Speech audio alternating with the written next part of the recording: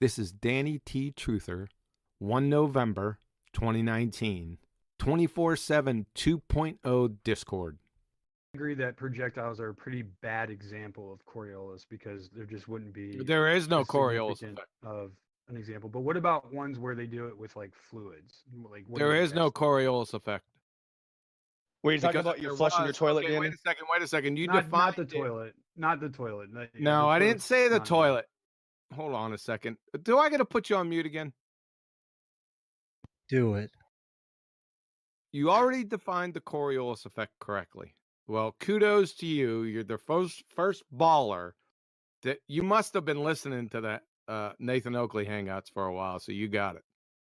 So if that be the case, see, my argument isn't the Coriolis effect.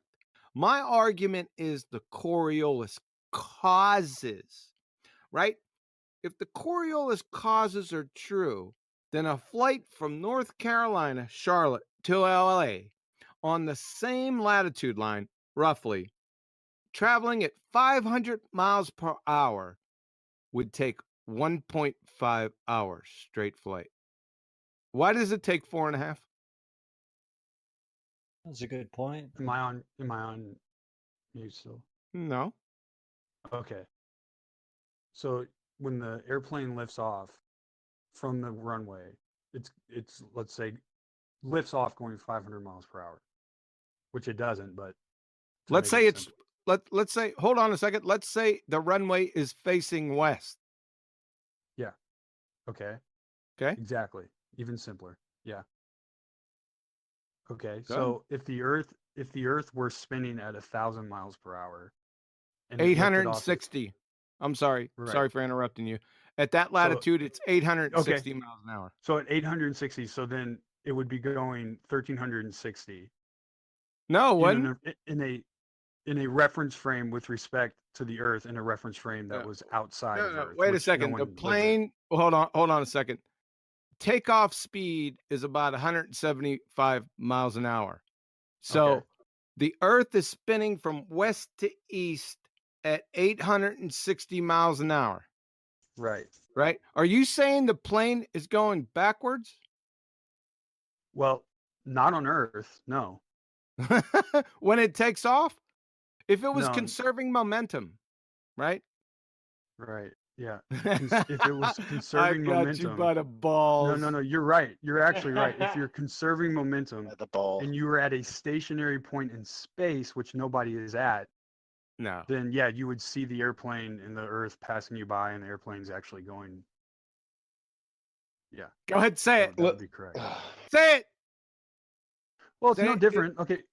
Can I give you an example? I know this is if I'm in a car. No. We're on my example. Say it. If the person is standing, if the person is in the the inertial reference frame. Hold on. I'm gonna have to fucking mute you. So the Earth is spinning from west to east at 860 miles an hour. The plane is taking off directly west to its target in LA, and it's going 175 miles an hour. If it's conserving momentum, are you telling me the person in the inertial reference frame is seeing the plane going backwards? Yes. Ah! That's right. I know that, but you know that's the answer, though. Danny, you're not thinking about reality. Recording. Yeah. Beam me up, Scotty. So are Beam me you up, Danny. still Oh my gosh. struggling?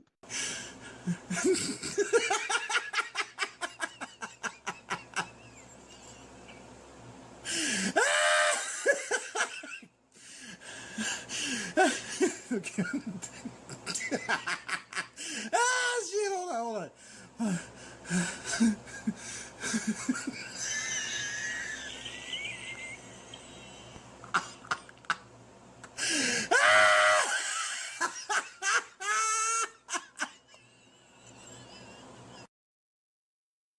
In review, what he's saying is you have two reference frames. He got that right. You have the spinning non-inertial reference frame that the plane's on, the Earth, and then you have the inertial reference frame, which is the Atmo, and everything not tethered to the Earth. According to the spinning space monkeys, the Earth is rotating from west to east at 860 miles an hour on that latitude between Charlotte and Los Angeles, and the plane is on the runway facing west. Typical commercial airliner reaches a speed of 175 miles an hour on takeoff. His claim is, if you're in the inertial reference frame witnessing the plane take off, let's say you're in a hovering helicopter with eyes on the runway and the plane, he's saying that due to the conservation of momentum, that at wheels up, the plane will be flying backwards in reverse east while pointing and accelerating west, until such time that it overcomes the conserved momentum east. Just before that, it'll be in suspended animation and then all of a sudden overcome the conserved momentum east and be on its way. I've tried to explain their train wreck of a dumpster fire to them for years by leading them to this point, but they just don't get it and are feebly obfuscate before I can bring the hammer down. Shout out to Danny or Daily T for allowing me to train wreck him. He's a good man, educated and intelligent. He's just caught up on the wrong side of a fairy tale religion.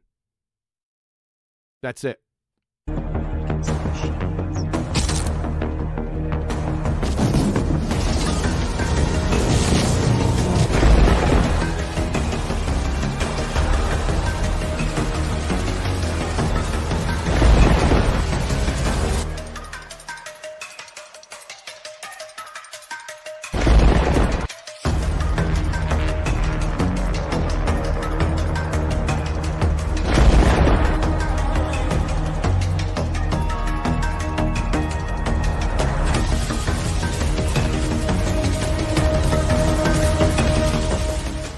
And we're off.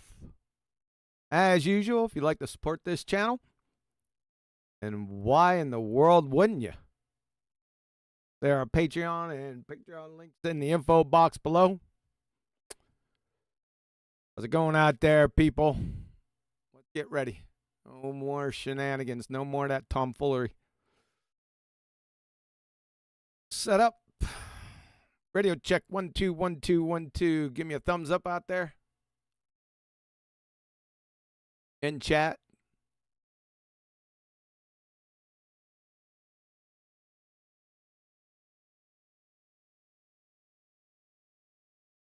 That looks good. Might be a little bit high. Hold on one second. Bring this down. Had to turn it up because Danny's voice was a little bit low. Nothing I could do about that except crank up the whole thing, and I didn't want to do that. Blast you guys out. All right, we got thumbs up. Yep, good. All right. Let's go over here. Before we get to the beginning of this video with Planet Peckerhead, I'd like to do my PSA. You've heard this before. You'll have to forgive me, but apparently it's the acme of foolishness attempting to ascertain simple, self-evident truths from evoTARD, window-licking knuckle-draggers that have adopted and accepted a complete worldview based entirely on a senile get biology philosopher's take on honey creeper beaks. That's where we're at. That's what it boils down to, if you can believe it. So hey, don't you move. So that we may limit confusion, can any evoTARD window licker please answer these simple questions? Evolution, what in the flying Fukuyama is that? A, define evolution. B, post a scientific theory of evolution. C, post just 2 formal scientific hypotheses, then experiments that concretized it into a real scientific theory. Highlight the independent and dependent variables used in each test. Post the null hypotheses that rejected or falsified for each. Very simple.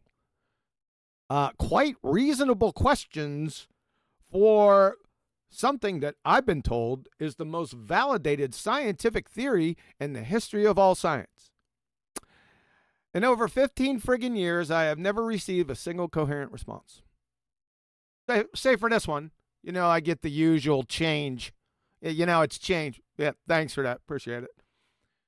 Like I said, this includes multiple PhDs. We're talking at a minimum in the low hundreds. Evolutionary biologists, cellular biologists, molecular biologists, microbiologists, doesn't matter. Nothing. All they did eventually, sometimes quite quickly, was call me names.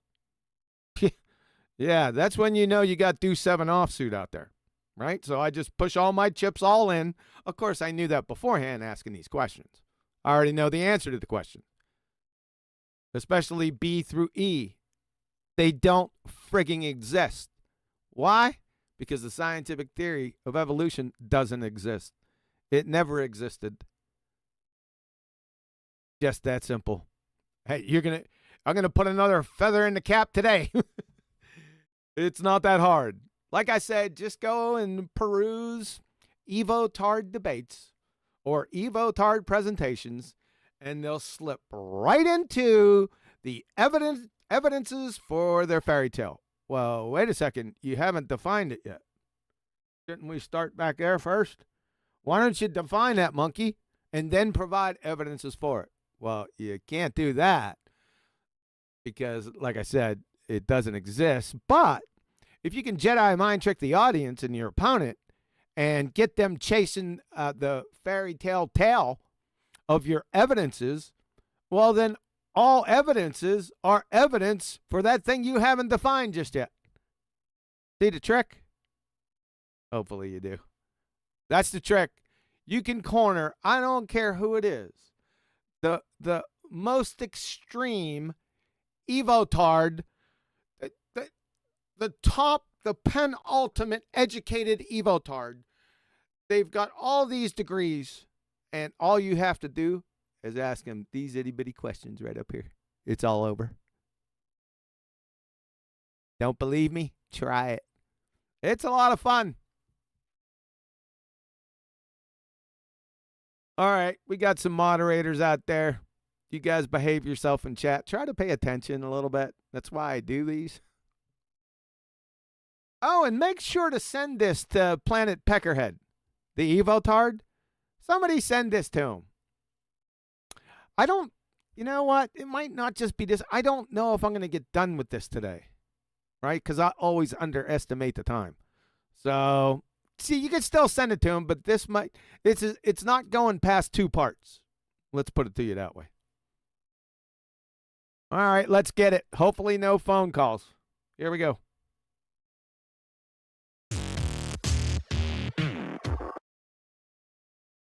Hey, what the heck? Get back here. What the heck is this? This is about the best they can do for their sphere tard, huh? That's about it. Good job, idiot.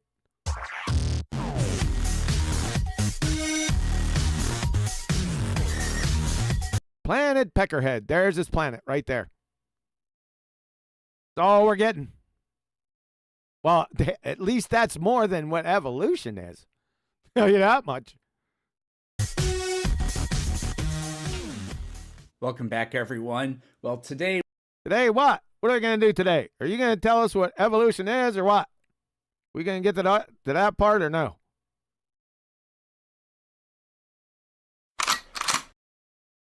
we're taking a look at Christianity 101. I don't know what to think of this channel. I don't think it's actually operated by a person. Who cares? What does that have anything to do with it? Because as we can see, every single video that they have has the exact same thumbnail of what looks like a 13-year-old girl, groomer much, and all the videos are voiced by an AI narration. And another thing is that every single time whatever the channel is comments on something, it's this enormous copy and pasted thing. It's not always exact. So what? That's just an appeal to format. Copy and paste. What's that? Does that affect anything to do with the veracity of what's copy and pasted? That's just an action. Think somebody's going to do a whole bunch of research and post a boatload of citations and type them out every single time? What do you think? They're morons? I wouldn't do it. So you're in a non sequitur already. Exactly the same. But it's really hard for me to imagine that a person is actually just going through and typing every single one of these things out. I mean, look at these. Why would they do that again?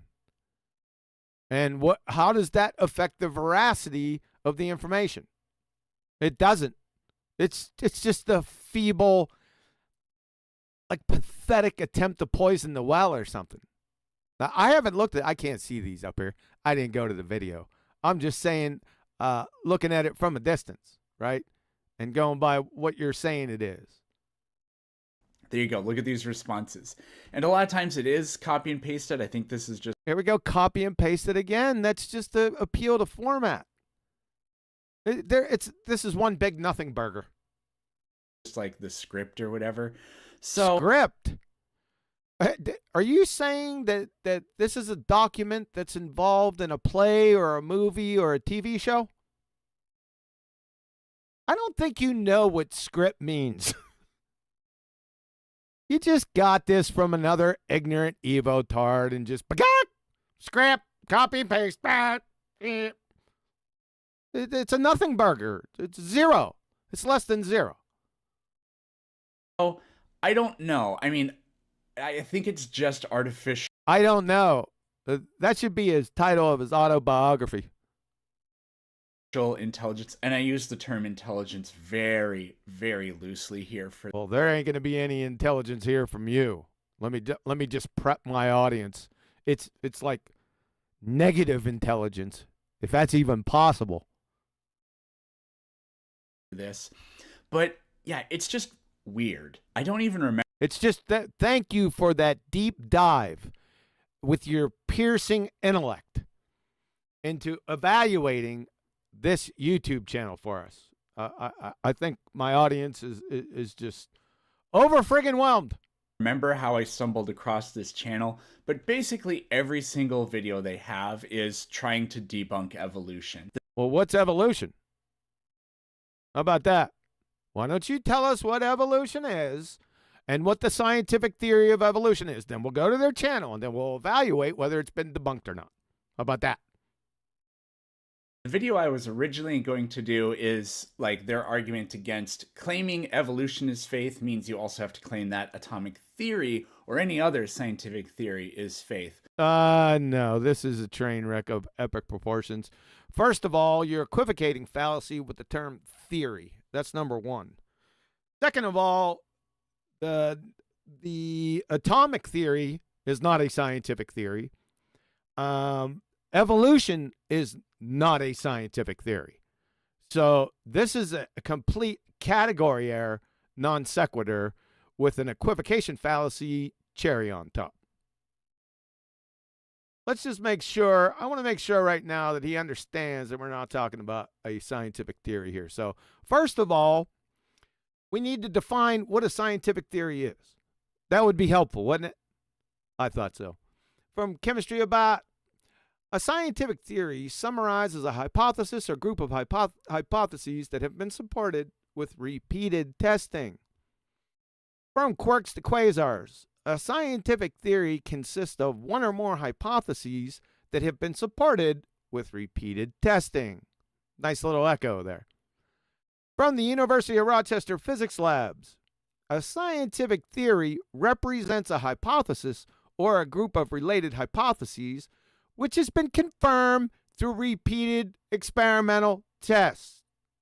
Yeah, but we got a problem here.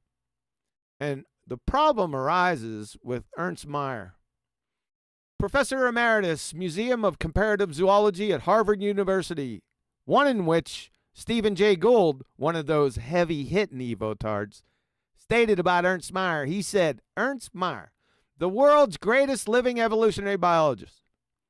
And anyone in this topic knows that Ernst Mayr is one of the fathers of 20th century evolution theory. Like I said, he's a hard pipe-hitting evoTARD. Let's see what he has to say about this situation. Darwin introduced historicity into science. Evolutionary biology, in contrast, with physics and chemistry, that should raise a weathered eye right there, that statement. It's all downhill from here. In contrast with physics and chemistry is historical science. Shout out to Alex. But I digress. The evolutionist attempts to explain events and processes that have already taken place. This is the really important part. Laws, and you see this word right here, experiments, are inappropriate techniques for the explication of such events and processes. Instead of laws and experiments, one constructs a historical narrative consisting of a tentative reconstruction of the particular scenario that led to the events one is trying to explain. This is a begging the question fallacy textbook. And didn't we just go over what a scientific theory was up here? That it needed repeated experimental tests? But Ernst Mayer's telling you that experiments are inappropriate techniques. Meaning, evolution, whatever the hell that is not an actual scientific theory. Simple. We'll get confirmation here from Richard Lewontin, evolutionary biologist. He was before Ernst Mayr. Same school. PhD zoology, Alexander Agassiz, research professor, Harvard University. We're going to be seeing him again down a little bit lower. From Richard Lewontin, Testing the Theory of Natural Selection in Nature, the most prestigious quote-unquote science journal in the entire friggin' world. They knew this in 1972. Notice that date, folks. Listen to what Richard has to say. Darwin's theory of evolution by natural selection in particular is hopelessly metaphysical. Just to let you know, Peckerhead, metaphysics doesn't and will never arrive in the scientific method. Not going to happen. The scientific method does not adjudicate the metaphysical. It's just as simple as that. I hope we're clear. So that destroys your last claim. It was destroyed anyway with the equivocation fallacy. But I kind of went down a rabbit hole with the enormous comments that the channel provides, and I ended up on this video about 30 failed predictions of predictions? What? Naturalistic evolution. Naturalistic evolution. Now, that sounds a bit redundant, don't you think? Naturalistic evolution, and how can it give failed predictions? These people are enablers up here because there are no predictions. Why? Because there are no experiments. And if there aren't any experiments, there are no hypotheses, because hypotheses, the scientific ones, are experimental tests. That's what an experiment is. So there can't be any predictions here. Go over this. Scientific prediction. That's a hypothesis. From Colorado State. Scientific hypothesis. A special kind of prediction that forecasts how the independent variable will affect the dependent variable. From Kristen McClellan, The Nature of Science and the Scientific Method. Hypothesis. The hypothesis should also contain a prediction. Well, the prediction is the hypothesis there, Kristen, about its verifiability. For example, if the hypothesis is true, then 1 should happen when 2 is manipulated. The first blank is the independent variable. That's the same thing Colorado stated, or Colorado State stated. Huh, interesting. The first blank is the dependent variable. It depends on what you're doing in the second blank. And the second blank is the independent variable. Sounds like an echo. From Penn State, .edu, the scientist applies his or her present knowledge to predict the effect of the independent variable on the dependent variable. Getting a familiar refrain here, aren't we? The prediction is a statement of the expected results of the experiment based on the hypothesis. You see? Prediction, hypothesis. Get it? Probably not. California State, hypothesis. A hypothesis is a tentative explanation for a phenomena and is used as a basis for further investigation. It is a specific statement of what? Prediction. Anne-Marie Helmestein, PhD, Biomedical Sciences. A hypothesis is a, guess what? Prediction of the outcome of a test. It forms the basis for designing an experiment in the scientific method. Shocking surprise. From sonoma.edu, what is a hypothesis? From David Van Nuys. Basically, a hypothesis is a prediction. Shocking surprise. From the University of Wisconsin, Dr. Michelle Harris, Dr. Janet Batsili, Biocore, writing an introduction for a scientific paper. Hypothesis / prediction. Well, they put it in there more or less synonymously, don't they? Specific predictions? Uh-oh, predictions everywhere with this hypothesis that will test your experiment. Shocking surprise. From Chem Lieber text, what is a hypothesis? First word out the gate, prediction. If you ever carried out a scientific experiment, you probably made this type of hypothesis when you predicted the outcome of your experiment. And from GCSE, obtaining, analyzing, and evaluating results, a hypothesis in practical work is a prediction. So, let's summarize. A scientific hypothesis is a scientific prediction. A colloquial prediction is not a scientific prediction. A hypothesis. Okay? Gene Dixon, Edgar Cayce, Jimmy the Greek, Nostradamus, etc. predictions are not scientific predictions. Hypotheses. Okay? Star positions / alignments are not scientific predictions. Hypotheses. Okay? Looking at a clock for 1,000 years, then predicting the hour hand will hit 1 60 minutes after it strikes 12 is not a scientific prediction. Hypothesis. Okay? If you say predict or prediction in a discussion in relation to your evoTARD spheretard and don't provide a scientific hypothesis immediately, you are guilty of equivocating. That's a logical fallacy with the word prediction. Okay? Next block of instruction, how to stand up. Then breathe.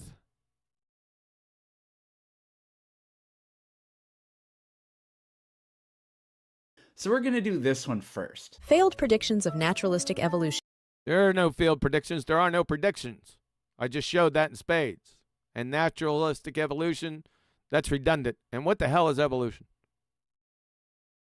Evolutionary biology has a long history of failed predictions. No, they don't. They have no predictions. They have no hypotheses, no experiments. See Ernst Mayr and Richard Lewontin. Some evolution believers. Did you guys see that mammoth? Look at how long its tail is. Evolutionary biology. Who cares how long? Like I said before, many times, many years ago, all you have to do is give these evoTARDs like a piece of colored tape, right? Send them off into the corner. Keep them busy for hours. This is a shining example of that. Look at them. Biology has a long history. That's what they'll do. They'll just snicker to themselves over at the colored tape. You don't even have to bother yourself with them. Of failed predictions. Some evolution. There are no predictions. I just showed that in spades. Stop saying that. See, these people are enablers. Evolution believers claim that evolution is consensus biology, and so we should not challenge. Yeah, it is. So she said consensus biology, evolutionary believers, whatever evolution is, and believers, acceptance without evidence. It's consensus biology. You got a big problem here. From Michael Crichton, transcript Caltech lecture in 2003. There is no such thing as consensus science, Peckerhead. If it's consensus, it isn't science. If it's science, it isn't consensus. Period. It's also a logical fallacy. It goes by the nomenclature of appeal to consensus. Shocking. Idiot. Challenge it. However, the reality is that evolutionary biology has. What in the hell is that? Who knows? A long history of failed predictions. Yeah, this is going to get pretty long in the tooth. There are no predictions because there are no experiments, and there are no hypotheses. So there are no predictions. Zero. We will list more than 30 examples of this later in this video. So there is no need for any rational person to accept naturalistic mega-evolution. Naturalistic. Now they put in. Now we've been dealing with these adjectives like macro and micro, just adjectives in front of the word evolution. Now they get to throw mega in there. What in the heck is going on out here? Now I got to deal with mega evolution. Another adjective. Like I said, man, they're just enablers. Whoever's making these videos over here, I don't know where you're going with this, but it's pretty funny. You have to define the root word before you get into the adjectives, the ones you put in front of it as descriptors. Makes sense. Just because many, but not all biologists What the hell is mega just evolution? believe in it. Yeah, I'd have to agree with you there, right? That's what I'm saying. But so you're saying the same thing, right? What in the hell is mega evolution, right? Remember that. Item 1. Naturalistic mega-evolution. The claim of single-cell to human evolution by random chance and Single cell. What the hell is evolution? And single cell? No. I want to see a single phospholipid naturalistically synthesize itself together. Just one phospholipid. That's it. Phospholipids are what makes up cellular membranes. You guys are on page 876. I'm back in the forward again. I want to see just a single one, phospholipid. Ain't going to happen because they're delta G positive. That means it's an uphill reaction. It violates the second law of thermodynamics. Simple as that. And delta G isn't a disco band from the 70s there, Peckerhead. You peckerwooded, pickled idiot. natural selection. Natural selection. Are they gonna make me do this again? Yeah, they are. Especially if you let's let it go. Let's see if he has had a long has a history problem with of world-class scientists who have been skeptical of it. So it is completely No, not gonna say anything about it. So I'm gonna have to deal with natural selection again. Sorry, folks. Natural selection. Number 1, natural selection is a conjured fallacious concept. It's non-physical. It's immaterial. And like I stopped here before in the last 3 shows, this is a big problem for atheists because only matter and energy can exist in their worldview. But natural selection, an alleged mechanism, which is hilarious, is not matter or energy. You can't give me the chemical formula or structure, charge, momentum, spinner, location, or the millielectron volts or kcals or kilojoules for natural selection. So how can the atheists, be appealing to natural selection, which is neither matter nor energy, and at the same time being a fairy tale idiot religion that must deny anything that other than matter and energy? Can somebody explain that to me? I mean, coherently. I'm sure I can get explanations. I want a single one coherently, please. Yeah, that's a neat trick. It'd be easier sprouting broccoli from your armpits. It's a paradox. Non-physical concepts can't manipulate the physical. Next block of instruction, Planet Peckerhead. How to sit down. Then point at a friggin' horse.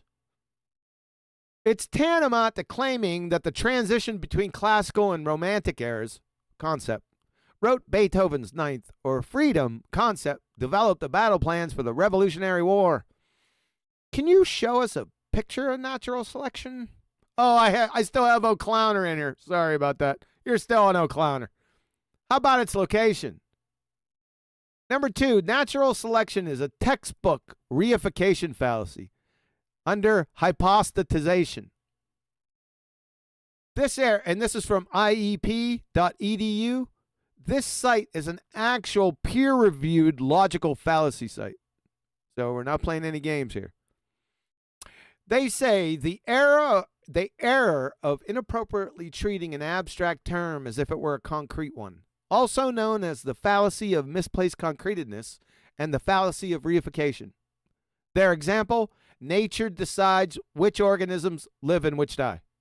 Yeah, it's not only reification, it's non sequitur. They say nature isn't capable of making decisions. Really? Oh my God. Oh, boy. Yeah, selection denotes choice constraints, which equals decisions. Nature is an inanimate object that it can't choose or select. There's no sentience or intelligence. Yeah, it's just non sequitur. Simple as that's the silver dagger right in their heart. But let's pile on. William Provine, Cornell University professor, evolutionary biology. I'd like to know what that is, by the way, the evolutionary biology part. Let's see what he has to say. Natural selection does not act on anything, nor does it select for or against, force, maximize, create, modify, shape, operate, drive, favor, maintain, push, or adjust. Natural selection does nothing. Having natural selection select is nifty. See, even the grammar caught it. Grammatically, it's a friggin' train wreck. Having natural selection select is nifty because it excuses the necessity of talking about the actual causation of natural selection. The causation of it, well, it's conjured inside idiots' minds. That's where it is. Such talk was excusable for Charles Darwin, so he excuses Charles Darwin, but inexcusable for evolutionists now. That's you, Peckerhead. Creationists have discovered our empty natural selection language, and the actions of natural selection make huge vulnerable targets. So it's you, Peckerhead. You're the huge vulnerable target, and I'm firing for effect, sunshine. You feeling it yet? Probably too stupid to. From Michael Shermer, Woodstock Evolution, Scientific American. Natural selection does not shape an adaptation or cause a gene. Where'd they get genes from, naturally? No, but I digress. To spread over a population or really do anything at all. It is instead the result of specific causes. Yeah, like conjured in idiots' minds. He didn't put that one in here. Hereditary changes, developmental causes, ecological causes, and demography. Yeah, sure. Natural selection is the result of these causes, not a cause that is by itself. It's not a mechanism. So how is evoTARD by means of natural selection, that by means of is a mechanism, have all their church members saying that it's not a mechanism and it doesn't do anything? I don't know. It sounds contradictory to me. From Pierre Grasset, PhD, Evolution of Living Organisms. This is from 1977, folks. Quite prescient. Moreover, he used prescience in there. Oh, look at that, a pun. Moreover, during phylogenetic organogenesis, natural selection must be capable of foresight. Isn't choosing its prime function? But the choice cannot take place without predicting the future role of the incipient organ. Without such prescience, there it is, the coordination of successive states is infreaking comprehensible. You think, P-Dog? Did Darwin take this into a consideration? Apparently not, P-Dog. Oh, by the way, if you want to admin my Pierre Grasset, let me tighten your shot group before you even try to attempt. Theodosius Dobzhansky, geneticist and father of 20th century evolution theory. These are hard pipe-hitting evoTARDs, people. Now, one can disagree with Grasset, but not ignore him. He is the most distinguished of French zoologists, the editor of the 28 volumes of Traité de Zoologie, author of numerous original investigations, and ex-president of the Académie des Sciences. His knowledge of the living world is encyclopedic. Richard Lewontin, I don't know what's better, Pierre's or Richard, like I said before. You guys make the call. I'm torn. We already dealt with Richard and his first statement above. We're going to get the full Monty from him now. Richard Lewontin, evolutionary biologist, PhD, zoology, Alexander Agassiz, research professor, Harvard University. From, like I said before, Testing the Theory of Natural Selection in Nature, the most prestigious science journal, quote unquote, in the entire friggin' world, in 1972. Let's see what Richard Deck has to say. Darwin's theory of evolution by natural selection, in particular, is hopelessly metaphysical.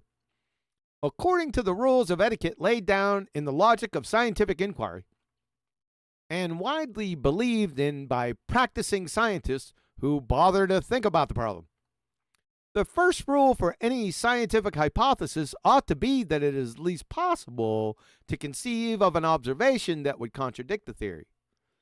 For what good is a theory that is guaranteed by its internal logical structure to agree with all conceivable observations, irrespective of the real structure of the world? If scientists are going to use logically unbeatable theories about the world, they might as well give up natural science and take up religion. Yeah, that's exactly what these evoTARDs did. Yet, is that not exactly the situation with regard to Darwinism? Yeah, L-Dog, it is. The theory of evolution by natural selection states that changes in the inherited characteristics of species occur, giving rise to differentiation in space and time because different genetical types leave different numbers of offspring in different environments.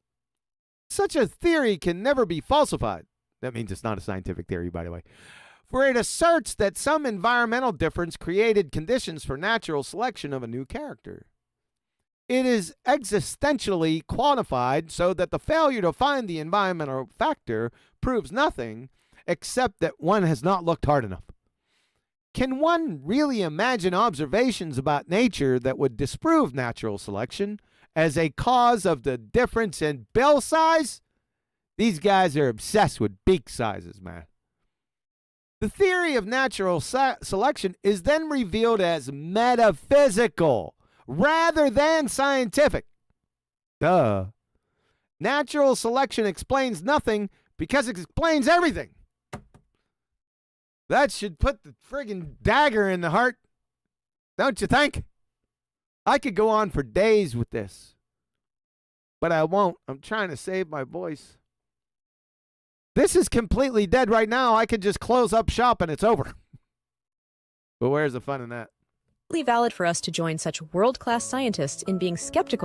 Why would you need to join world-class scientists when this isn't a scientific topic? I mean, the damn thing hasn't even been defined, let alone scientific. And it's not scientific. We just heard before from Ernst Mayr and Dick Lewontin. It's over. Of naturalistic mega evolution. Okay, so this isn't a failed prediction. No, because there are no predictions for your evoTARDia. None, zero. That's why. Like at all. In fact, what the evidence. What is evolution? What? I'm gonna pull a fiver. Check this out. He's not gonna define it. Where is he gonna go to first? Listen up. Prediction, like at all. In fact, what the evidence actually tells us is. See what the evidence tells us. Right to the evidence. Never is gonna define evoTARDia. Nope, not gonna do it. Right to the evidence. Like I said. Thank you for demonstrating to my audience what I've been telling them for years. Is that we share genes with. We share genes? Where'd you get genes naturally? We share genes? He doesn't know what genes are. And by the way, that's page 1576. I'm back in the forward. I want to see one nucleoside naturalistically, please. He doesn't know what nucleosides are. We know that. That's just for people out there that listen to this now or afterwards.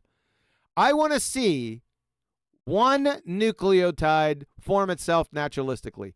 Then I want to see nucleotides form. Then I want to see the phosphorylation of nucleotides into nucleic acids. All naturally. Not going to happen. Each step is another second law of thermodynamics hammer. Because each of those reactions are uphill. Say goodnight, Irene.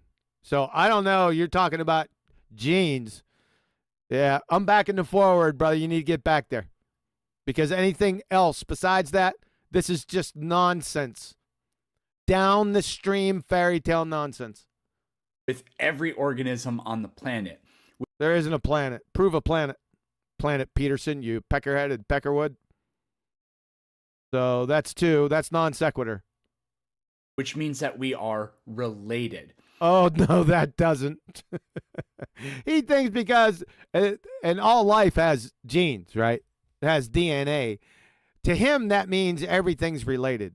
Let's take a look. That's a dumpster fire of a train wreck. You know what that is? That's a textbook affirming the consequent formal logical fallacy. If P, then Q, Q, therefore P. If common ancestry is true, P, we will observe genetic similarities. We observe genetic similarities, Q. Therefore, common ancestry is true, therefore P. I think you got a problem here. The logical fallacy is that P doesn't necessarily follow from Q. For example, if I had just eaten a whole pizza, P, I would feel very full, Q. I feel very full, Q. Therefore, I have just eaten a whole pizza, therefore P. Couldn't I have eaten a 20-ounce ribeye with fries or the old 96er? Yeah. That's why it's logically fallacious. Let's put this common descent quackery out of its misery quick.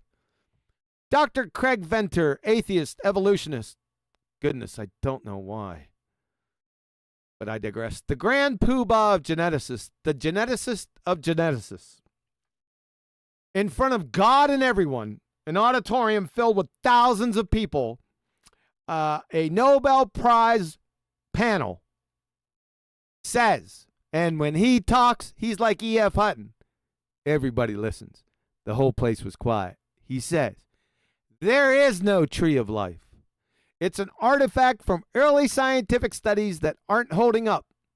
So there is not a tree of life. From the Arizona State Origins Project in 2011. The audience gasped. Dawkins and Krauss turned different shades of green.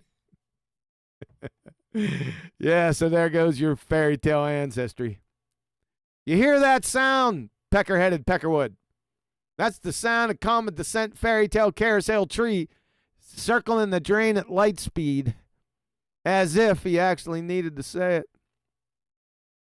From Takata, Genetic Perspective on the Origin and History of Humans, Annual Review of Ecology and Systematics, Volume 26. Even with DNA sequence data, we have no direct access to the processes of evolution, whatever the heck that is. So objective reconstruction of the vanished past can be achieved only by what? Creative imagination, baby. That's it. That's all you got.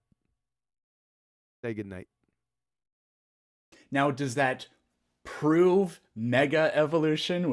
Prove mega evolution? What's evolution first? Whatever that is. That's what I'm saying.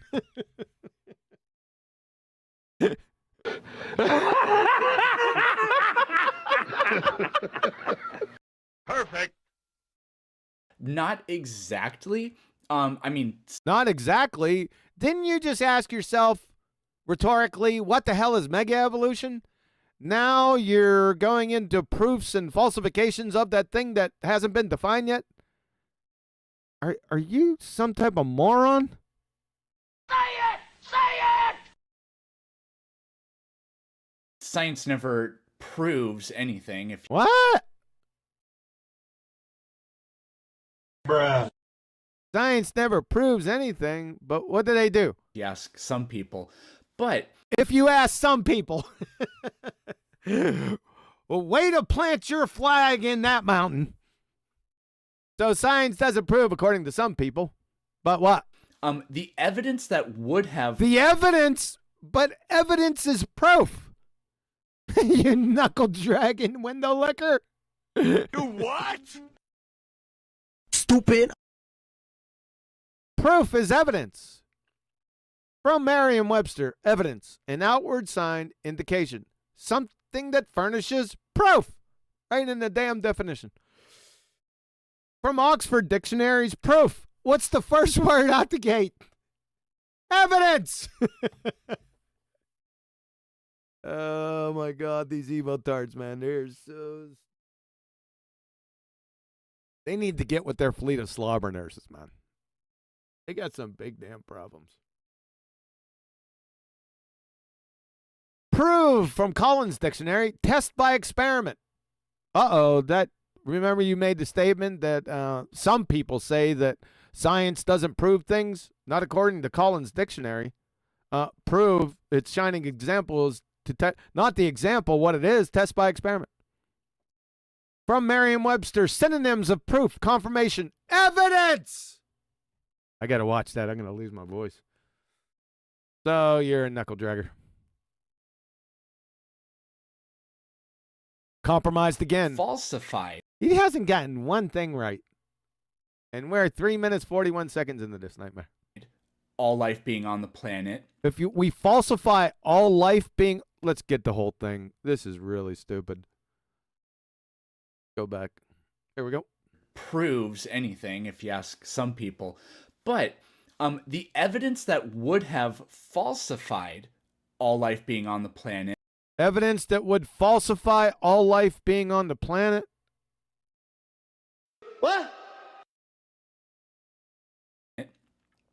That's the opposite of what we found. If there were... That's the opposite of what we found. What on earth was that?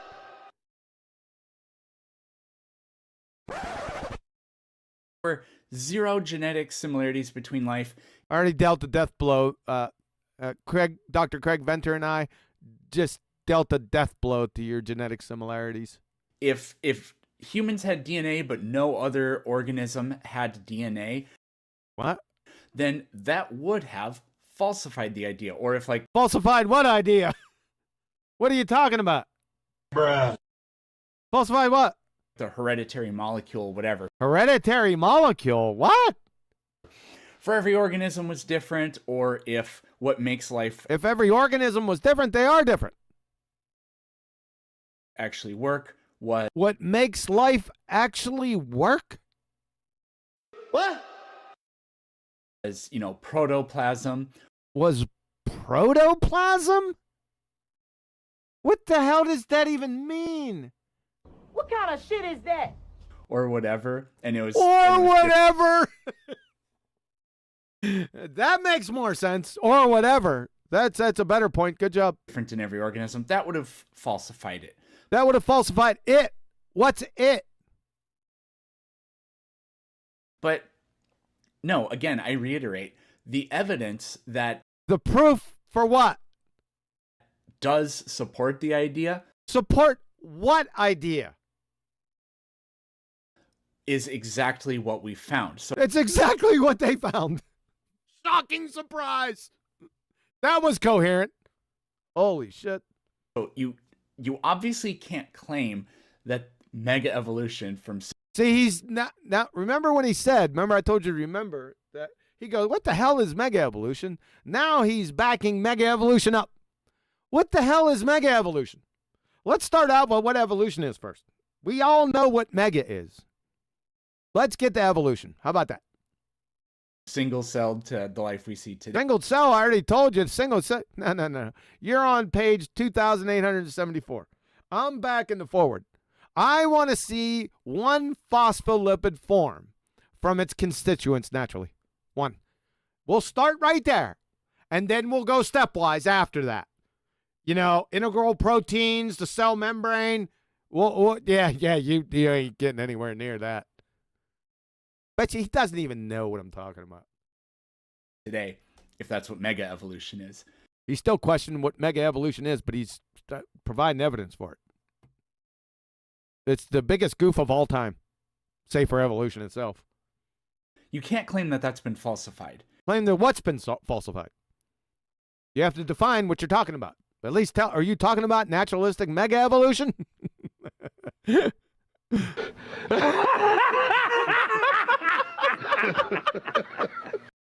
Nor did they actually. Nor did who's they actually do what? Item 2. There is Look, his brother. So yeah, they've moved on. I don't understand. Yes. You don't understand. They move. Yeah, well, there are no predictions. So they have to move on. They have to keep going. So that's a failed prediction. No, there are no predictions. How many times I got to tell you? I'll pull up Ernst and Dick to tell you that again. There is no scientific theory of evolution. It isn't even defined. There are no experiments, meaning there are no hypotheses. Hypotheses are predictions. Are you following us?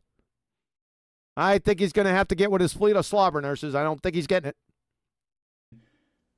But they didn't even tackle it. They didn't say it's been falsified, and then they just move on. No valid. Well, there's no predictions. They have to move on. See, this is why I think this is. This is why I think this is. What in the world? What the hell did you just say? Like AI with the I in quotation marks. Who cares where it is, who made it? Doesn't matter. It's still information. Just deal with the information. Try to focus. Get the Adderall drip out, okay? We know they're numpties. Because that thought was completely underdeveloped. That should be your autobiography, the title of it. That would be appropriate.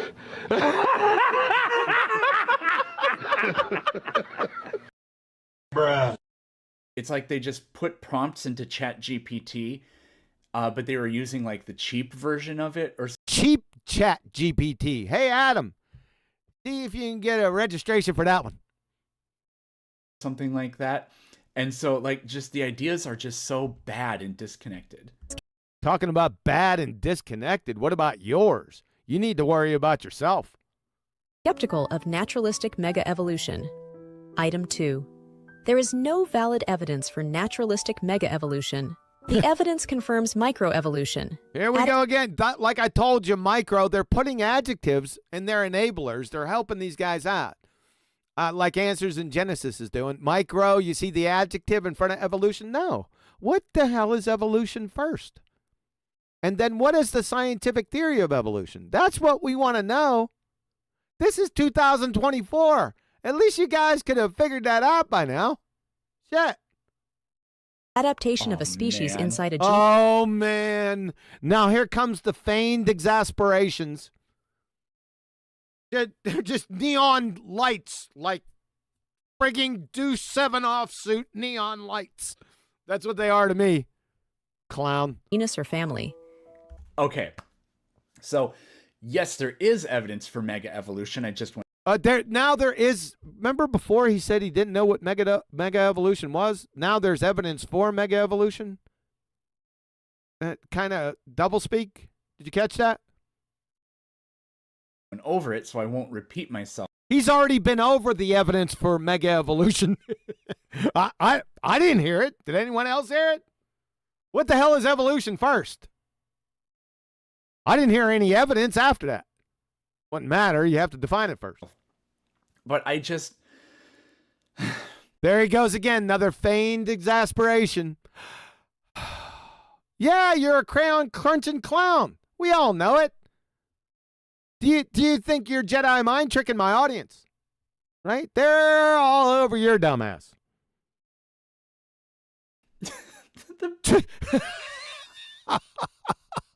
Oh. Bruh. microevolution is fine, but What the hell is evolution? Let's deal with that first. We'll see if microevolution is fine after you define it, and then we'll evaluate it. But you got to define it first. macroevolution is not. There's another one: macro, micro, mega. Yeah, all the adjectives, but no one ever defines evolution. You know why? They can't. That's why. Once again, this Their ships come in, but the piers collapsed.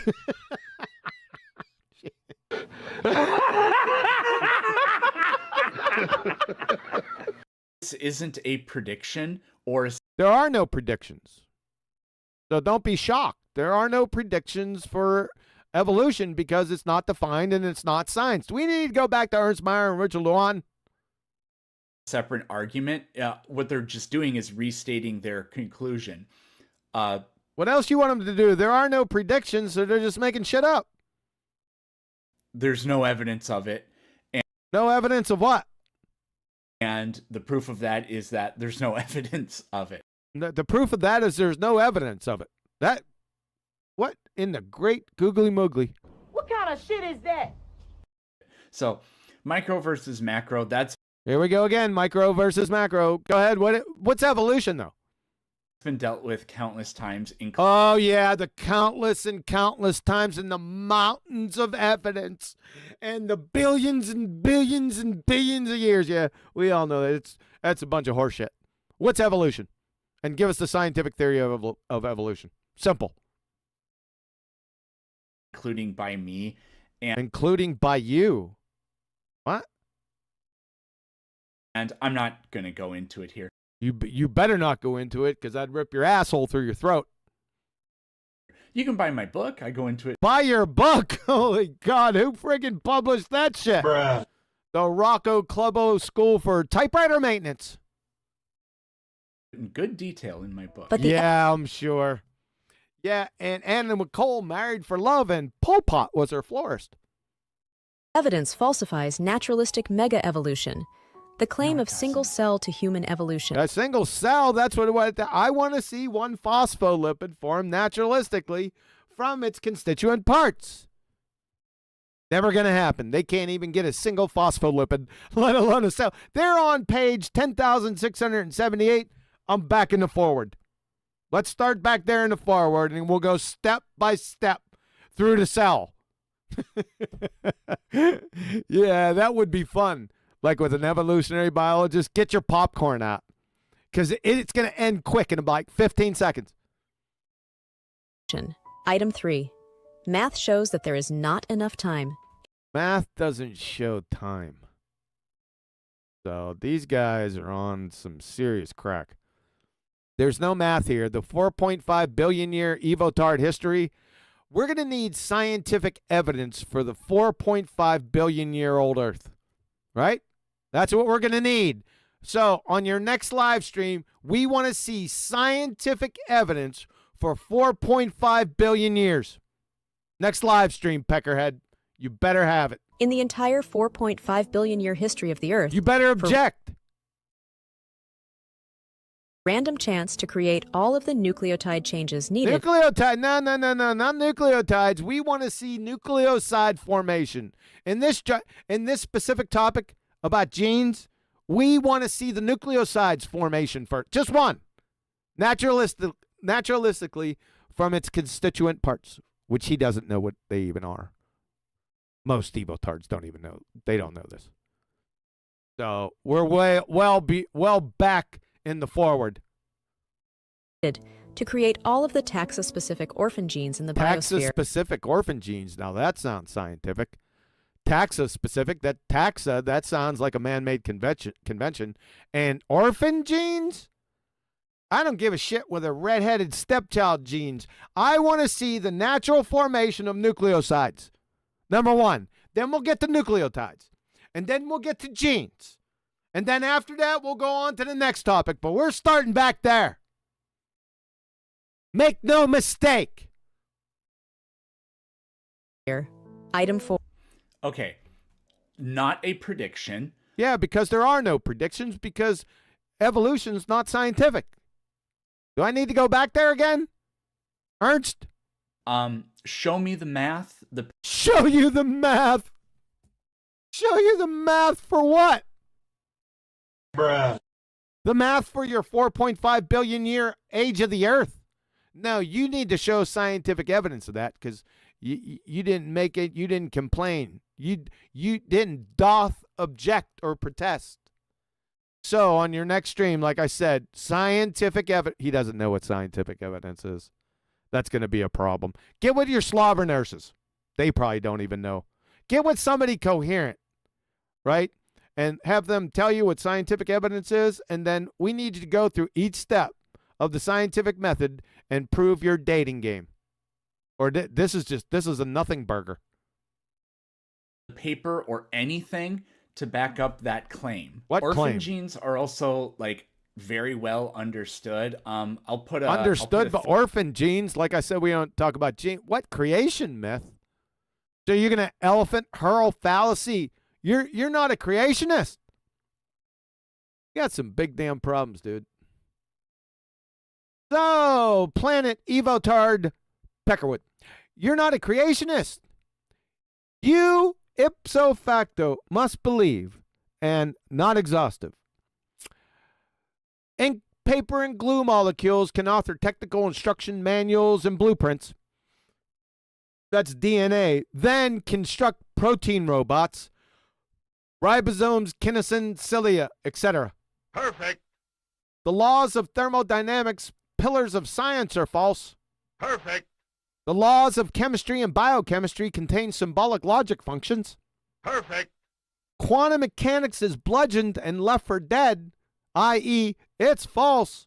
Perfect. The law of cause and effect is false. Perfect. Something can come from nothing naturally. Perfect. The law of biogenesis is falsified. Life really does come from non-life. Perfect. Giraffes really do come from bacteria. Perfect. And yeah, you're a real Rhodes Scholar.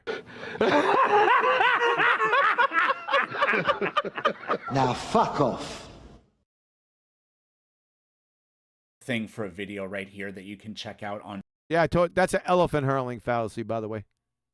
Knuckle dragger. orphan genes. Orphan genes don't propose a problem for the Like I said, we want to see the first nucleoside first. I don't care. Redheaded, stepchild, genes, whatever. Nucleoside, mister. Naturally forming from its constituent parts. All the rest is nonsense. A chasing after the wind. theory of evolution. Or What? What's the theory of evolution? That's what we want to know. We want the scientific theory of evolution. While we're young. even mega evolution. Yeah, mega evolution, the one you said that what the hell is that? And then you had evidence for, and then you already provided evidence for, and then you make fun of? Yeah, that one. Oh my God. What kind of shit is that?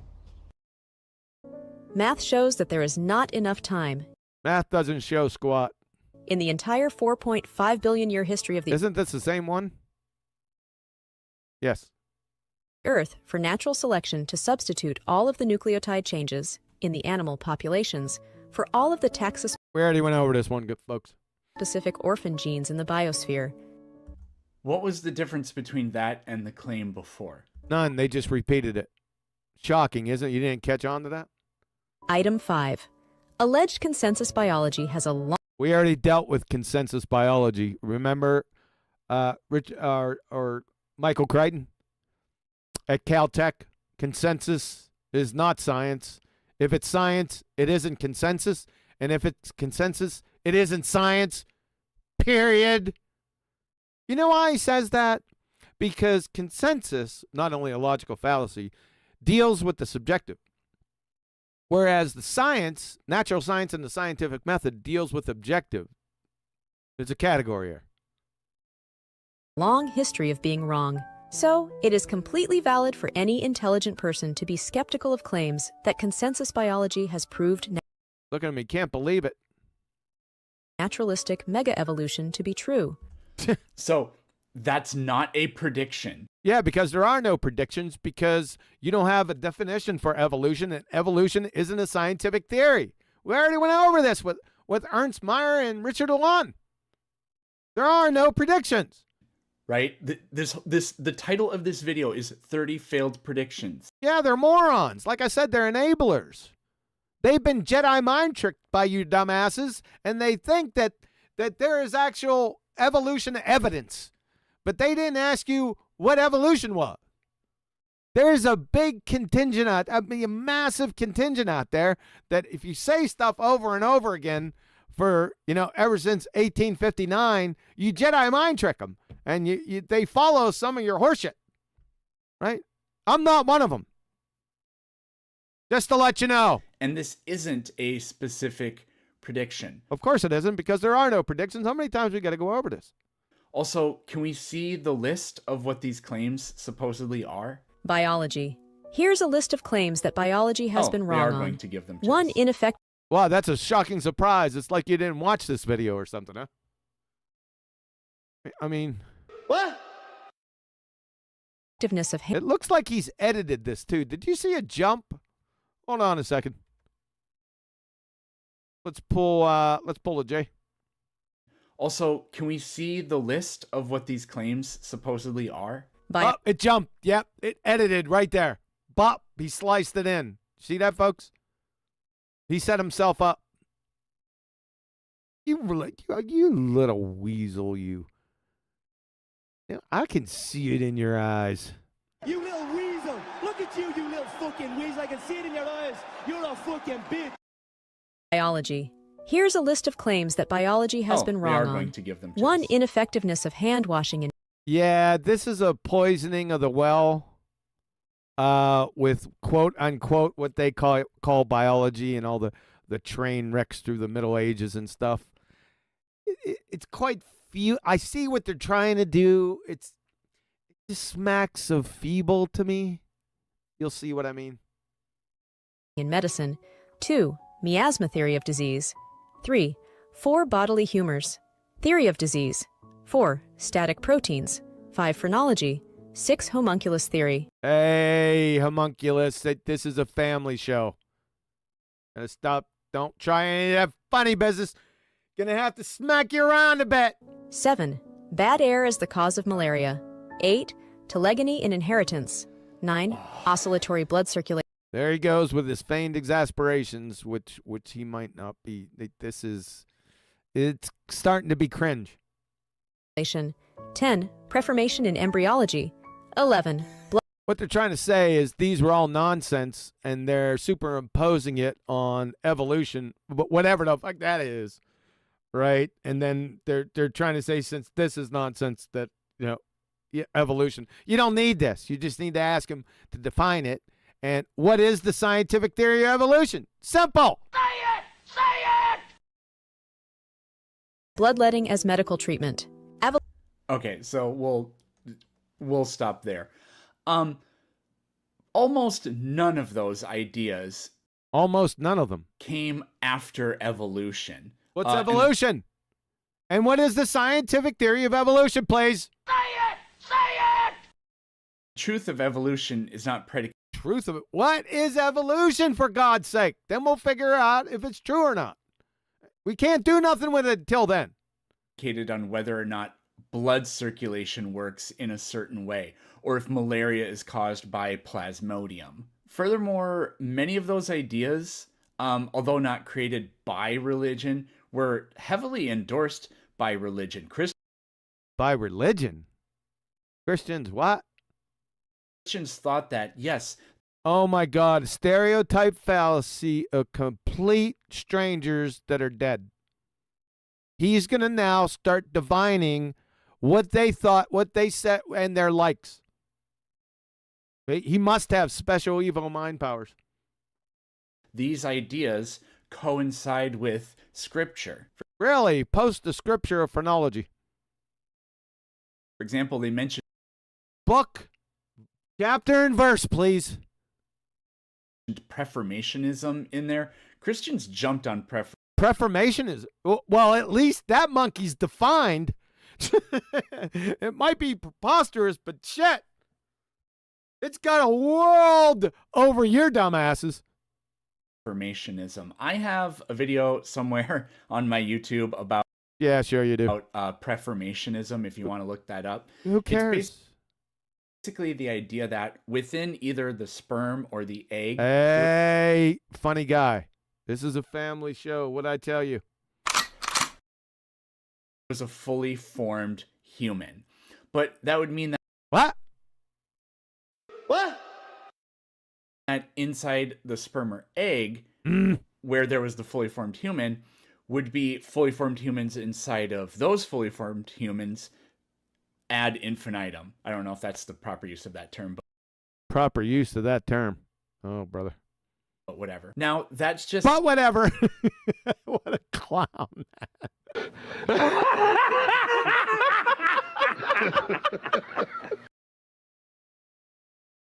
We do not care. simply impossible. I actually did the math in my video. I don't remember it off. You did the math on what? Let's see it. What would the math do? It would merely describe some.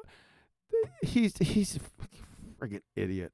The top of my head, But eventually, like, Shut up. you only get a couple of generations or a few generations down, and then the width of the homunculus Hey, is much smaller than the width of an atom, so that's your IQ. that obviously isn't how it works. Now, the reason Christians jumped on Preformationism Here we go. Christians, that stereotype of dead strangers. Here we go. Where is the frog legs and the bat piss? Because we want to see how you're divining this shit. what they really liked it for was, so the idea that we all inherit original sin, I find that to be rather disgusting. You can't be guilty. Who cares we don't care what you think. We do not care. You're one of the dumbest people I've ever had on here. Demonstrated. Oh, it's just 9 minutes and 52 seconds. You're as dumb as a bag of hammers, right? Everyone knows you're a pretender clown fraud. We don't care what you think. God. Guilty of a crime you didn't commit. And it appears that even some like hardline Christians. Now we've got specific stereotypes of hardline Christians, complete strangers, dead strangers. Is he into necromancy or something? Is that what your game is here?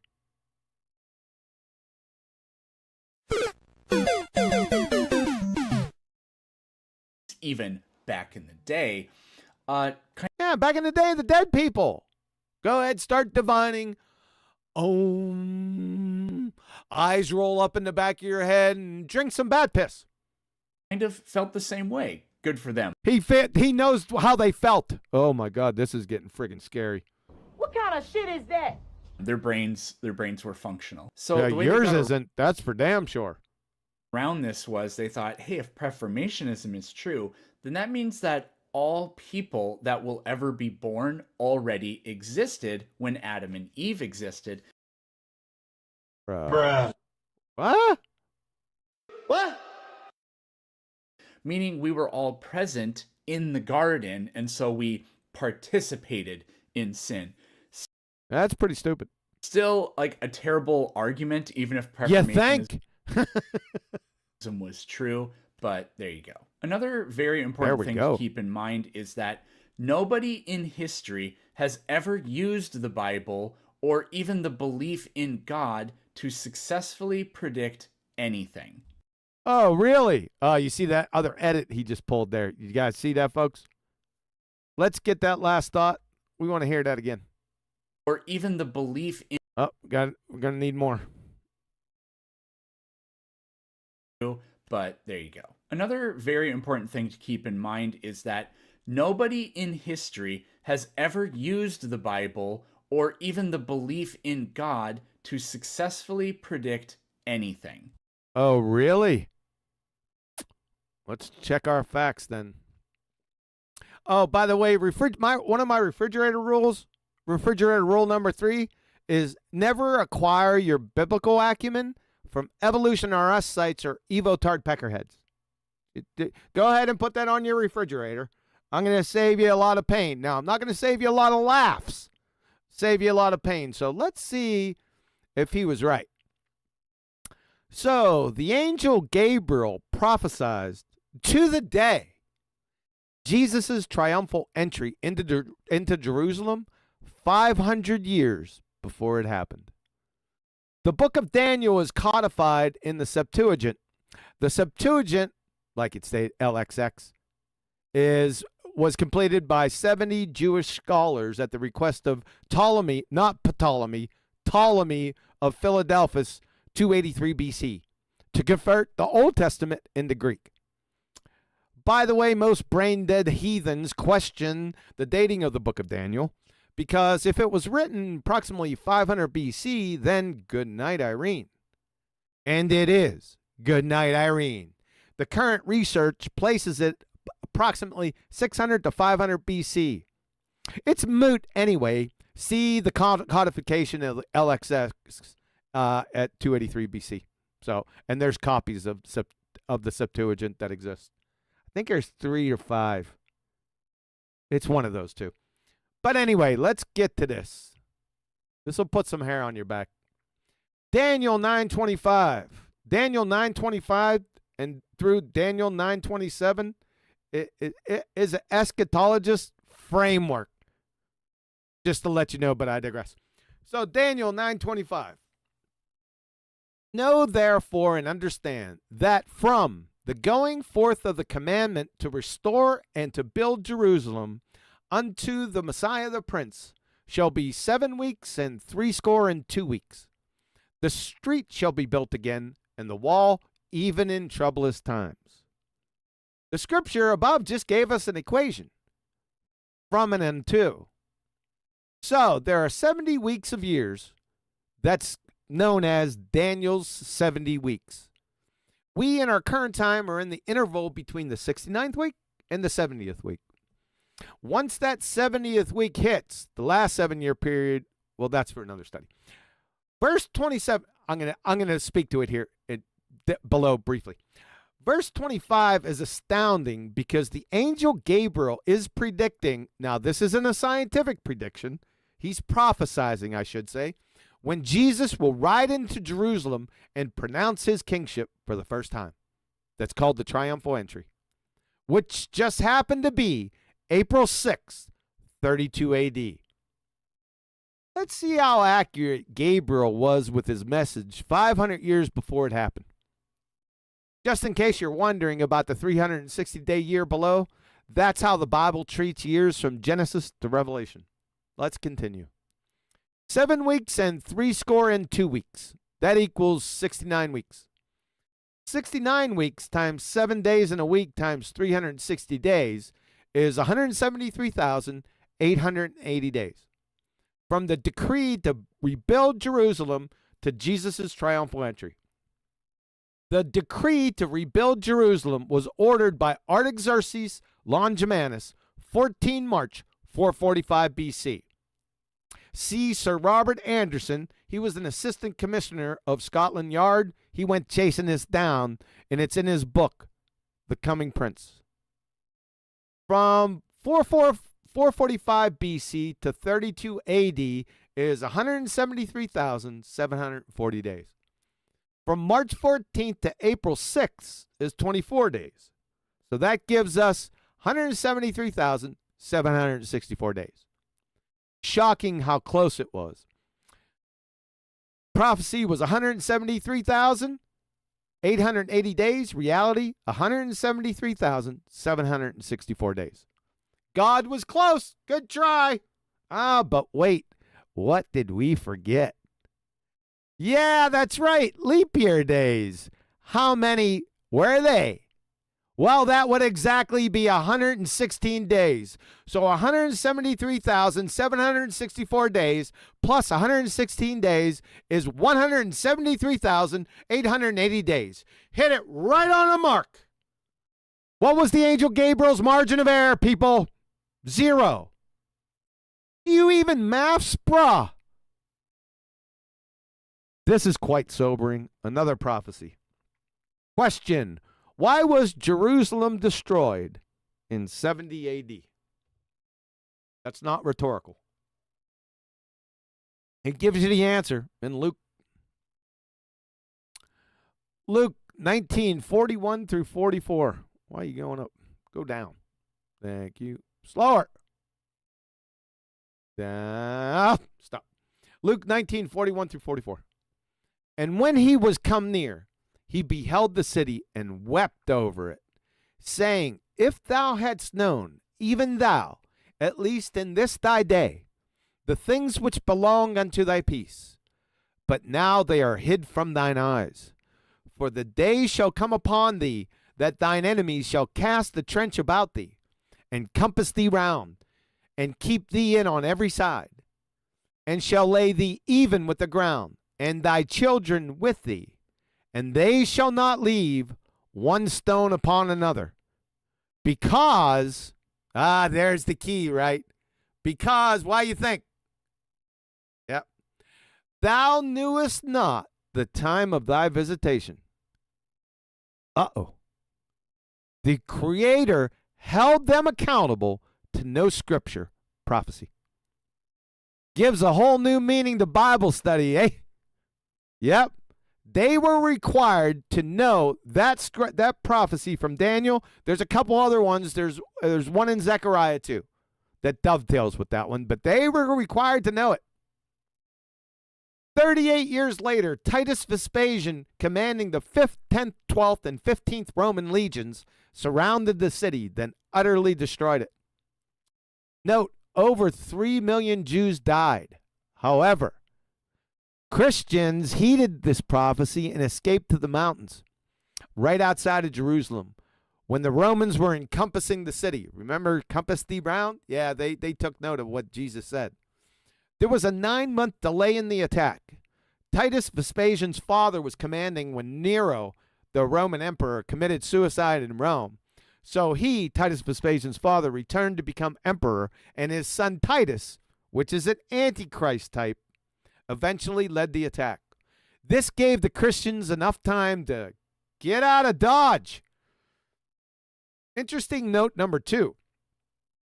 Antiochus IV Epiphanes, an antichrist type himself, who in 167 BC entered the Holy Temple in Jerusalem, plundered the temple, forbade religious practices, ordered all the scriptures burned, slaughtered a pig on the altar, raised the statue of Zeus, which resulted in the Maccabean revolt.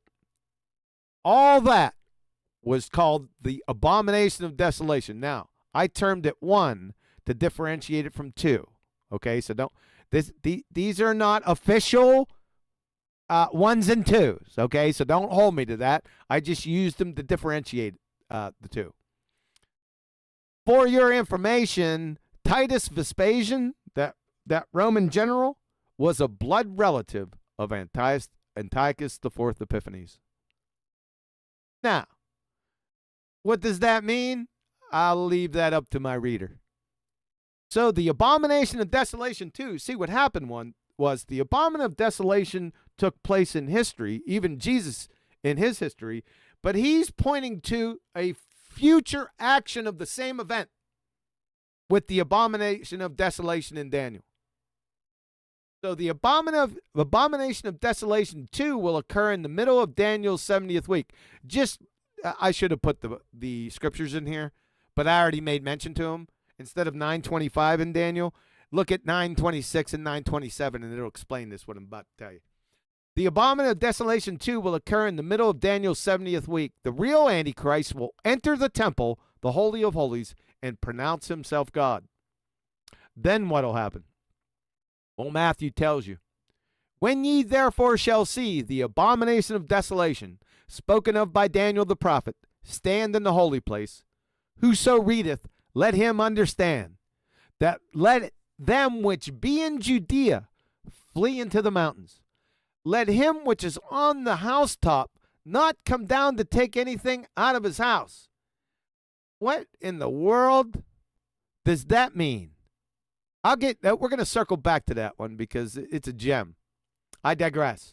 Neither let him which is in the field return back to take his clothes. And woe unto them that are with child, and to them that give suck in those days. But pray ye that your flight be not in the winter, neither on the Sabbath day. For then shall be great tribulation, such as was not since the beginning of the world to this time, no, never shall be. So it's going to get real quick with that abomination of desolation. Now back to this little gem. I read this many times, and it always struck me as, why would you say that? What is he saying? Like, people, maybe 1 or 2, maybe, I don't know, 10 in the entire city, what do? Fixing their rooftops? I just found it strange, right? You know what's not quite so strange? See, in current Jerusalem, in current times, I should say, not current, like not this week, that, you know how Americans, we have our backyards and barbecue grills, and we have our games and stuff that we do that. See, Jews don't have that. They don't have the space. So what they do is they have family gatherings and parties and things on their, like, rooftops or on their, what do they call those?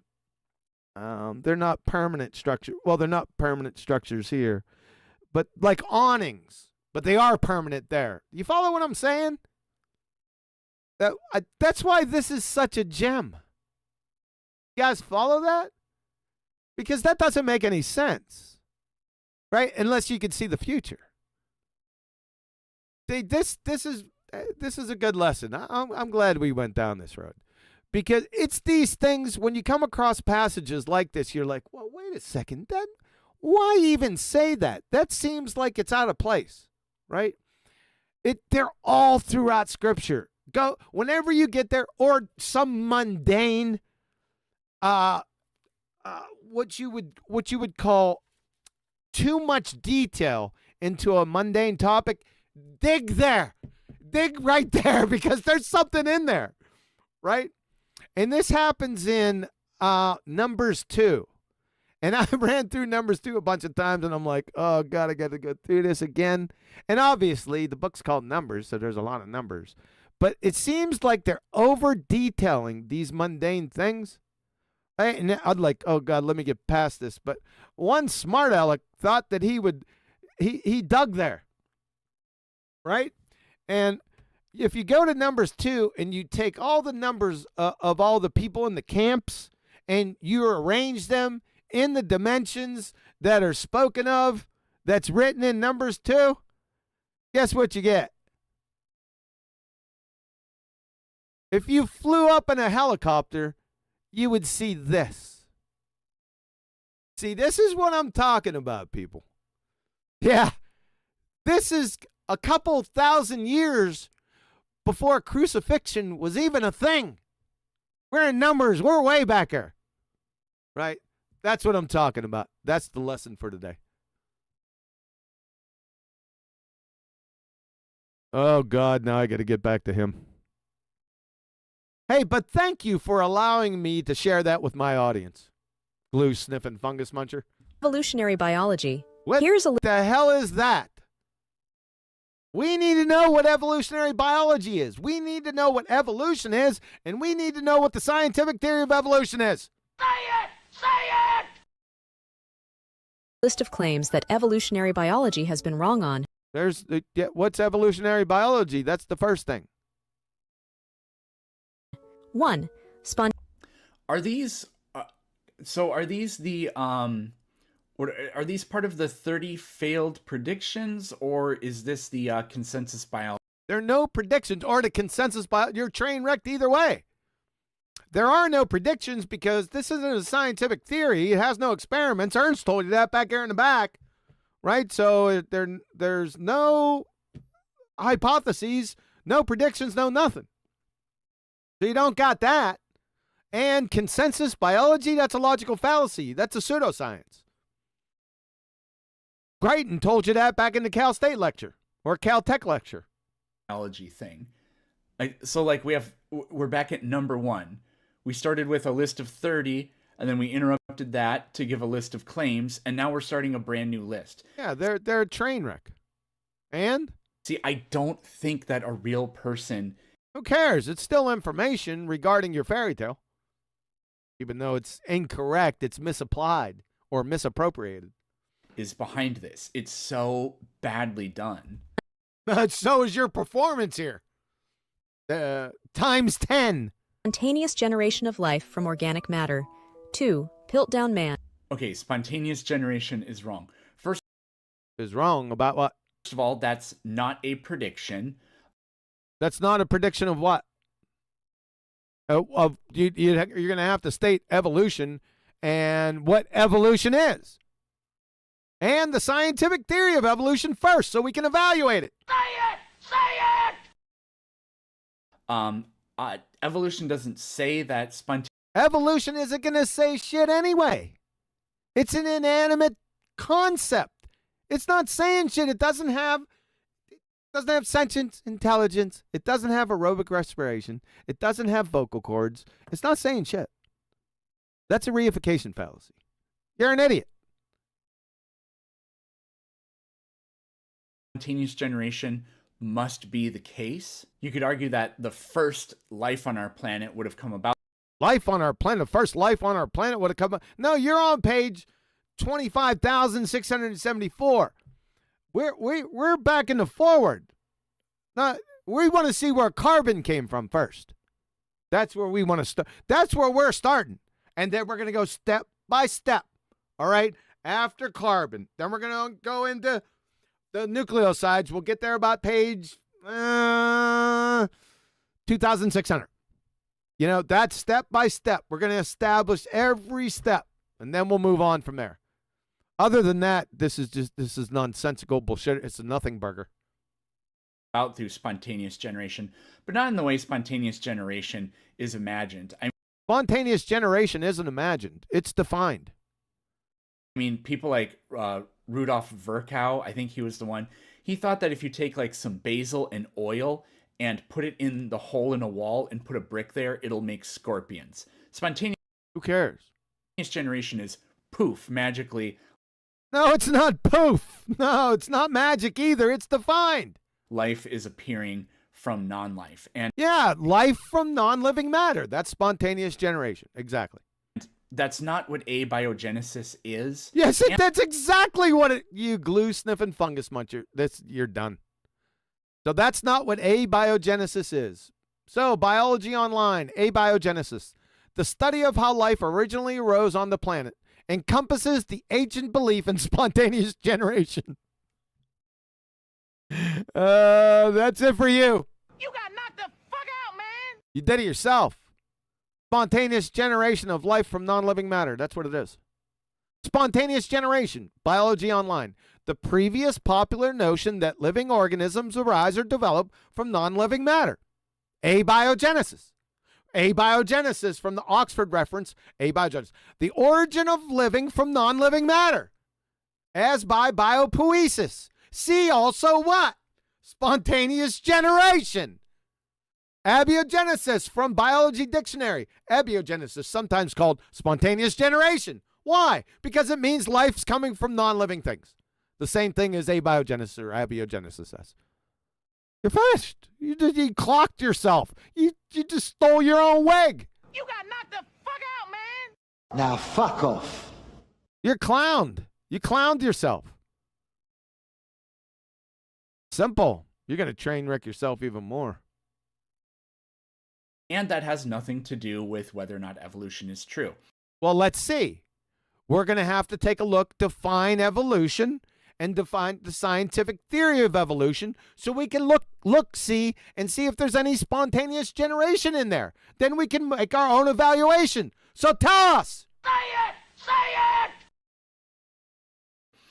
But if spontaneous generation is false, then that means that special creation is false. So congratulations, dipshit. What? What do we got? Congratulations, really? Let's go over this one. This is a good one. Planet evoTARD Peckerhead says, but if spontaneous generation is false, then that means special creation is false. So congratulations, dipshit? Oh, really? Let's see who the actual Dunning-Kruger dipshit is. You guys want to take any bets? I wouldn't. Against him? Yeah, go all in. I say that life only comes from life and is supported by the law of biogenesis. See that law underlined there? That means it's a natural law. That's going to become very important here in a few seconds. Law of biogenesis from Biology Online. We already talked about this. No, we didn't. This is the first time, I think. But I digress. The principle stating that life arises from pre-existing life, not from non-living material. So it's the opposite of abiogenesis, right? Abiogenesis is the opposite of the law of biogenesis. You follow that? Probably not. Get with your slobber nurses. So, you atheist evotards must believe that life arises from non-living matter. Naturally. You see that? That's abiogenesis or spontaneous generation. Again, abiogenesis, the study of how life originally arose on the planet. There are no planets. Encompasses the ancient belief in spontaneous generation. We already went over this, of life from non-living matter. Yeah, spontaneous generation, they're the same thing. You see, laws are natural laws. So more accurately, the law of biogenesis, that is, nature cannot create life from non-life. Ergo, abiogenesis, or spontaneous generation, is nature can create life from non-life. You see the oppositeness? Yeah, you follow that? Your claim is belly laughing non sequitur. It has what all to do with creation by an intelligent designer. Peckerhead, the key here is causation of life. That is, your creator of life is nature. Our creator of life is an intelligent designer. So when a God-fearing theist states that life from non-life is impossible, the implied meaning to those that can fog a mirror is that nature creating life from non-life is impossible, which is the law of biogenesis. Like I said before, the law of biogenesis is a natural law. Key word, natural, is speaking to nature's capabilities and limitations. It holds no sway and is utterly irrelevant to the capabilities of an intelligent designer. Everyone see the choices up here. The ontological primitives didn't want to forget that. In conclusion, the theist claims God causes life. The atheist evoTARD must claim that nature causes life. Two completely different positions. Duh. Showing you to be the Dunning-Kruger dipshit. Thank you. P.S. Nature causes life leaves the atheist evoTARD in direct contradiction with natural law. Like 3 of them, you're in quite the pickle.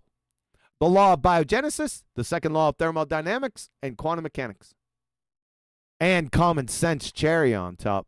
So essentially, all evoTARD clowns are the actual science deniers. Thank you, Peckerhead, for availing me the opportunity to present this case to my audience. Fraud made from a human skull with orangutan jawbone. Piltdown. Right. So, okay, Piltdown Man. First of all, none of these things are predictions. So Yeah, because there are no predictions for evoTARDia. Because it's not science. Ernst told you back there in the beginning. Him and Richard, yeah, no shit. Until you state what evolution is and what the scientific theory of evolution is. Say it! Say it! I'm not going to say that anymore. Say it! Say it! But I'm just going to predict that You can't predict. Is this a scientific prediction? You know what a scientific prediction is a scientific hypothesis. We already went over that. So is this one of those? Let's see. the first thing to say about every single claim that this person or whatever made this video is that's not a prediction. So your prediction is stating that they made no predictions. I don't think that's a prediction.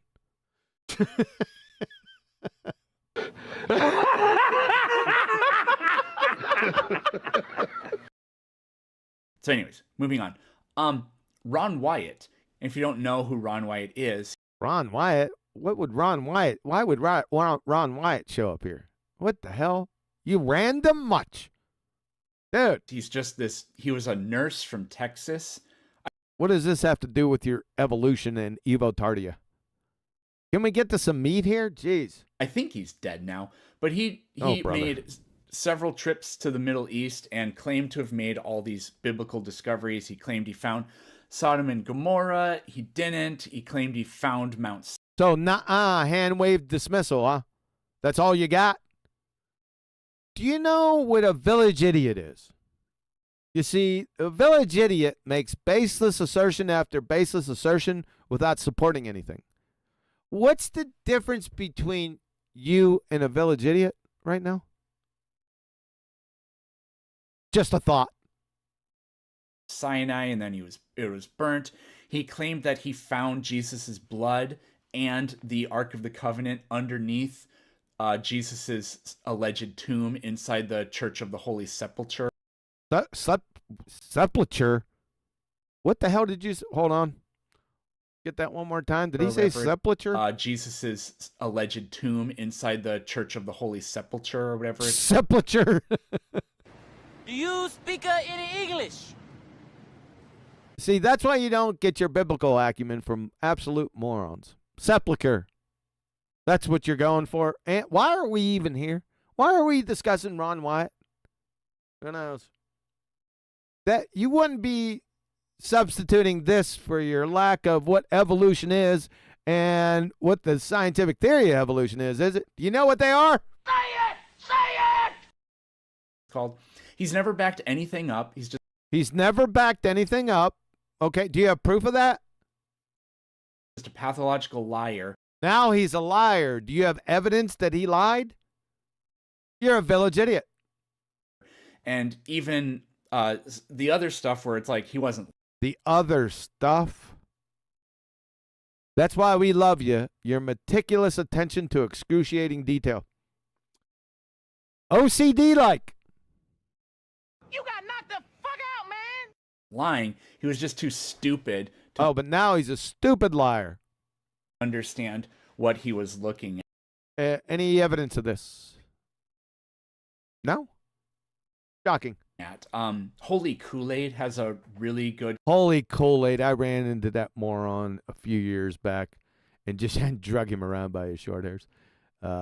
He's even dumber than you are, which is quite a feat. Couple of videos about like failed archaeology Sure. and some Ron Wyatt claims. Go ahead and check that out. No, If that's an elephant hurling fallacy. Thank you. We won't check it out. We're not going to believe you because you're a moron. scientists who believe in evolution Scientists believe in evolution? What? Why would scientists need to believe in anything? That is, accept things without evidence. That's what belief means. Why would they need to do that if they're scientists? Don't scientists validate natural cause and effect relationships? So that's a non sequitur. That's stupid. create hoaxes, and that means that evolution is false, then Ron Wyatt proves that What's evolution? Christianity is false. That was really stupid. I'm going to show you how stupid this was, folks. So, Planet Peckerhead, evoTARD Peckerhead says, if scientists who believe in evolution create hoaxes, and that means evolution is false, whatever that is, evolution, then Ron Wyatt proves Christianity is false. Yeah, I know. I don't know what to tell you. Bruh. A, non sequitur fallacy times 5. Number 1, scientists who believe. I just explained why that was non sequitur. Number 2, the scientists weren't identified. Number 3, the scientists weren't evaluated to confirm they were actual scientists. Number 4, fairy tale evolution wasn't defined. And number 5, evolution, whatever the flying Fukuyama that is, was debunked as scientific by Harvard professors at a minimum, Ernst Mayr, evolutionary biologist, and Richard Lewontin, evolutionary biologist, at the beginning of this presentation. These are 5 non sequitur fallacies, folks. These were just in the premise. And B, false comparison fallacy. Evaluate this, see if this makes sense to you. Scientists are to evolution as Ron Wyatt is to Christianity. Oh, boy.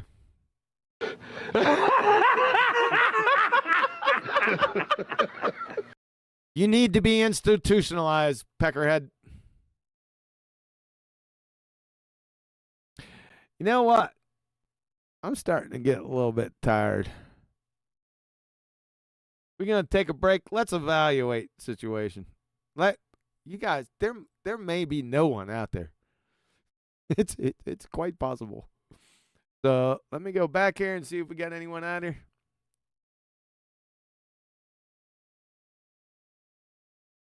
Yeah, we got people out here. Look at this. We got video. Yeah, we do. Look at that. We got the Super Chat, Supernova, Supersonic, Supernatural, Super Mario, Superstar.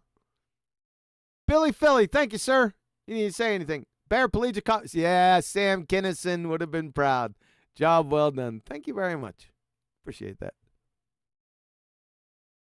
Yeah, we're going to take a break. My voice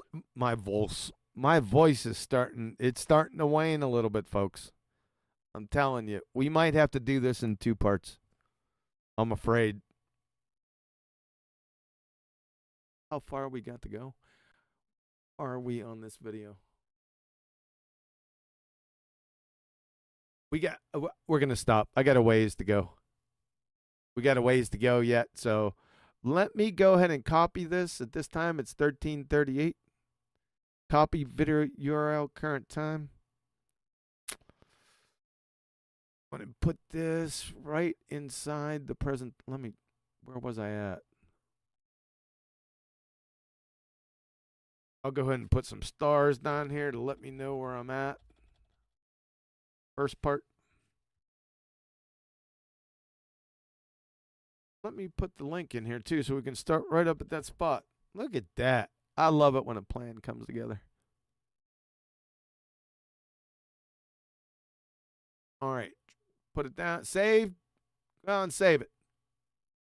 Do it! It did it. All right, let me get back to you guys. Oh, yeah. Well, thank you, Neil. Kim's been in the kitchen the whole time. Creation, intensive care bear creation would be happy.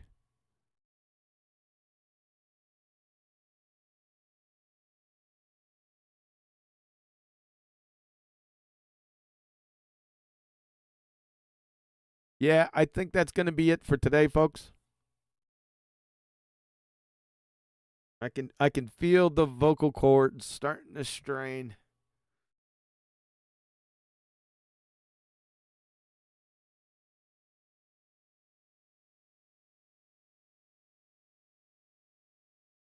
Any shout outs you guys want me to do? There's still 50-some people in here.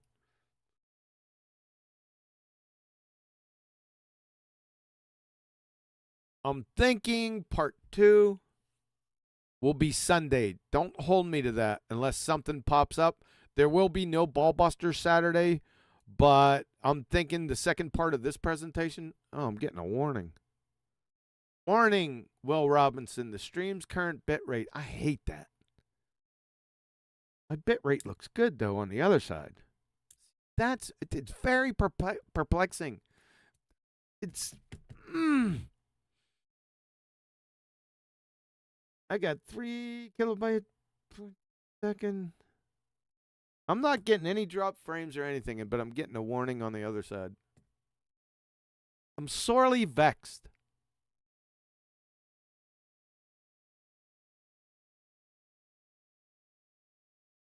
All right, guys. I'm going to wrap it up. I'm not going to keep you guys hanging around. I hope you got a lot out of the first presentation. Don't miss the second part.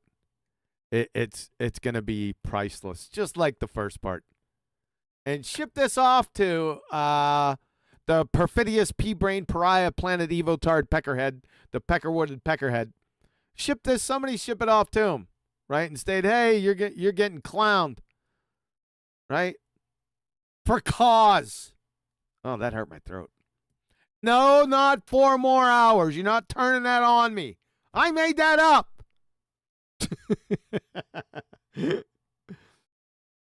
All right, guys. Like I said, I hope you got a lot out of it, and keep a weathered ear and eye to the ground. It could be Sunday evening. How about that? All right. Thanks a lot. QE out. This is Danny T. Truther, 1 November 2019, 24/7 2.0 Discord. I agree that projectiles are a pretty bad example of Coriolis because there just wouldn't be. There is no Coriolis effect of an example. But what about ones where they do it with like fluids? Like there is no Coriolis effect. Were you talking about your flushing your toilet, okay, Danny? Wait a second. You not defined the toilet. Not the toilet. No, I didn't say the toilet. Hold on a second. Do I got to put you on mute again? Do it. You already defined the Coriolis effect correctly. Well, kudos to you. You're the first baller that you must have been listening to that Nathan Oakley hangouts for a while, so you got it. So if that be the case, see, my argument isn't the Coriolis effect. My argument is the Coriolis causes, right? If the Coriolis causes are true, then a flight from North Carolina, Charlotte, to LA on the same latitude line, roughly, traveling at 500 miles per hour would take 1.5 hours straight flight. Why does it take 4.5? That's a good point. Am I on mute still? No. Okay. So when the airplane lifts off from the runway, it's let's say lifts off going 500 miles per hour, which it doesn't, but let's say it's let's say, hold on a second. Let's say the runway is facing west. Yeah. Okay. Okay. Exactly. Even simpler. Yeah. Okay. Go So if the Earth were spinning at 1,000 miles per hour, and 860. I'm sorry. Right. Sorry for interrupting you. At that latitude, it's 860 miles an hour. So at 860, so then it would be going 1,360. No, what?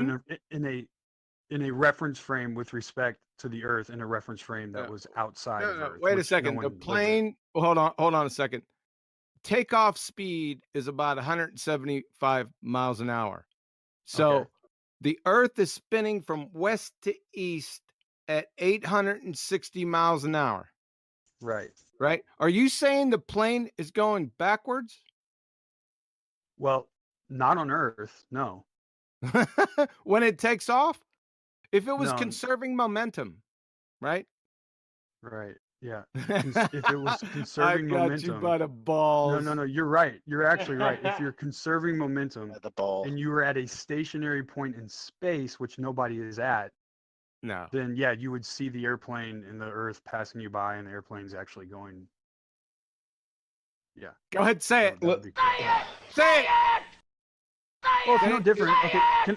Can I give you an example? I know this is if I'm in a car. No. We're on my example. Say it. If the person is standing, if the person is in the the inertial reference frame. Hold on. I'm gonna have to fucking mute you.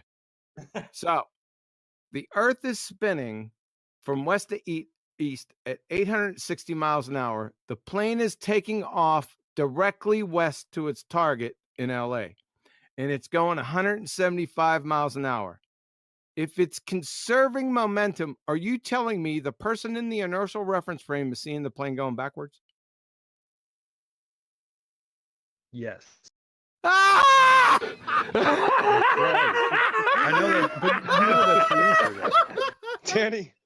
Danny, Are you you're not recording? thinking about Are you reality. recording? Beam me up. Yeah. Beam me up, Scotty. So are Beam me you up, Danny. still Oh my struggling?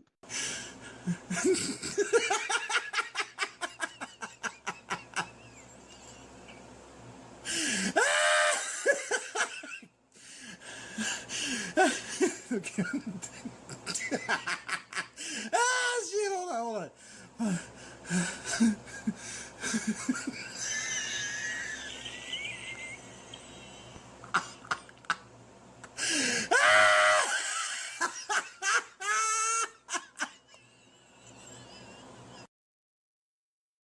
In review, what he's saying is you have two reference frames. He got that right. You have the spinning non-inertial reference frame that the plane's on, the Earth, and then you have the inertial reference frame, which is the Atmo, and everything not tethered to the Earth. According to the spinning space monkeys, the Earth is rotating from west to east at 860 miles an hour on that latitude between Charlotte and Los Angeles, and the plane is on the runway facing west. Typical commercial airliner reaches a speed of 175 miles an hour on takeoff. His claim is, if you're in the inertial reference frame witnessing the plane take off, let's say you're in a hovering helicopter with eyes on the runway and the plane, he's saying that due to the conservation of momentum, that at wheels up, the plane will be flying backwards in reverse east while pointing and accelerating west, until such time that it overcomes the conserved momentum east. Just before that, it'll be in suspended animation and then all of a sudden overcome the conserved momentum east and be on its way. I've tried to explain their train wreck of a dumpster fire to them for years by leading them to this point, but they just don't get it and are feebly obfuscate before I can bring the hammer down. Shout out to Danny or Daily T for allowing me to train wreck him. He's a good man, educated and intelligent. He's just caught up on the wrong side of a fairy tale religion. That's it.